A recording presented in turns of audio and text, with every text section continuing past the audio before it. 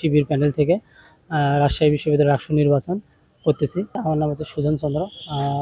শিক্ষাবর্ষ 22-23।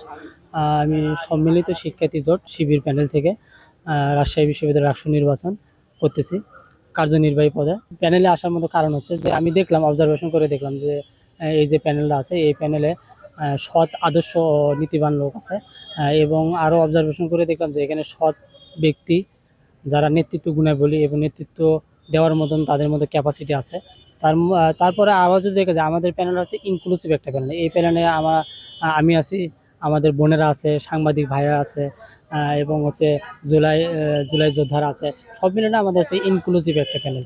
আমি আসলে সাধারণত সেতু বন্ধন হিসেবে কাজ করতে চাই। আমাদের সনাতনের যে ভাই বোনেরা আছে, তাদের নিয়ে আমি একটা সেতু বন্ধন হিসেবে কাজ করতে। নির্বাচন হলে সাধারণত কার্যনির্বাহী সদস্য যে কাজটা থাকে, যে আমার যে অন্যান্য যে সদস্যরা আছে, তারা ঠিকমতো তাদের ইশতেহারগুলো যেগুলো আছে, তারা সেই ইশতেহার অনুযায়ী ঠিকমতো কাজ করতে পারতেছে কি, বা মানে ওয়াদা দিছে করতেছে কি না করতেছে, সেটা তদারকি করা।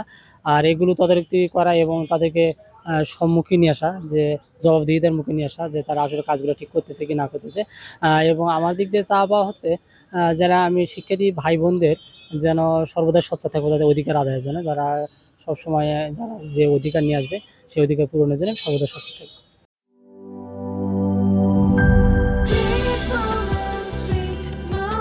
Treat chocolate. Treat moment. Sweet moment.